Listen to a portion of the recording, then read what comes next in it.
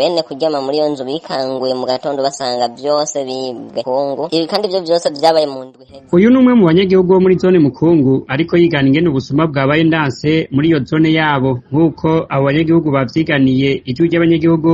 Imirima yabo muri kino gihe iragiramiwe kuko bama basanga yasoromwe atacamira. Uyu munyagihugu aravyigana. Nko ku busuma buba mu mirima, umuntu asanga gusa bamusoromeye nk'umurima wose nk'uw'imyumba, tugasanga bawivye wose. Mbere nk'ubu oye hageze no mw'itera ry'ibikoti, usanga abantu hari nk'abantu kanaka baje kwiba ibikoti, bakiba ibikoti vyo mu murima wa kanaka, bakaca bagenda batwaranye n'imyumbati, bagenda baranduye bagasoroma, kandi bagasoma bagizako nk'aho umenga ni mwene umurima. Abo bantu rero bakunze kwiba cane cane, kenshi bakunze kubirukangako mw'ijoro, mugabo ntibabafate bakabasiga. Hariho ubusuma bumwe butavuzwe, bumwe butavuzwe.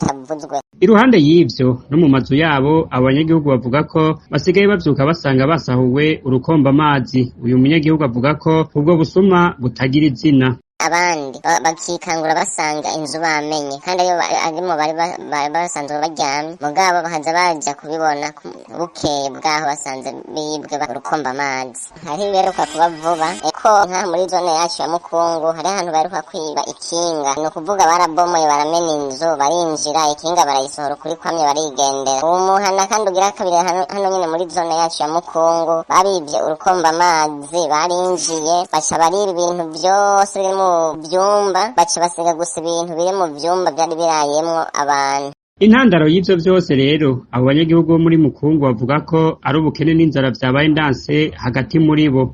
Vyose twovuga yuko biterwa n'inzara abenegihugu bafise, hamwe n'ubukene butagira izina, kuko ku munsi umuntu afashe 20,000, ni kuvuga ku murango no mw'ijoro ni hamwe mu gatondo umuntu aba yiyimye ntaronke n'akaye. Mu maganya menshi yo kwibaza uko bagiye kubeshaho imiryango yabo, abanyagihugu basaba leta kugira ico ikoze mu kugabanya ibiciro kugira barabe n'imiburiburi ko hari ico hinduka.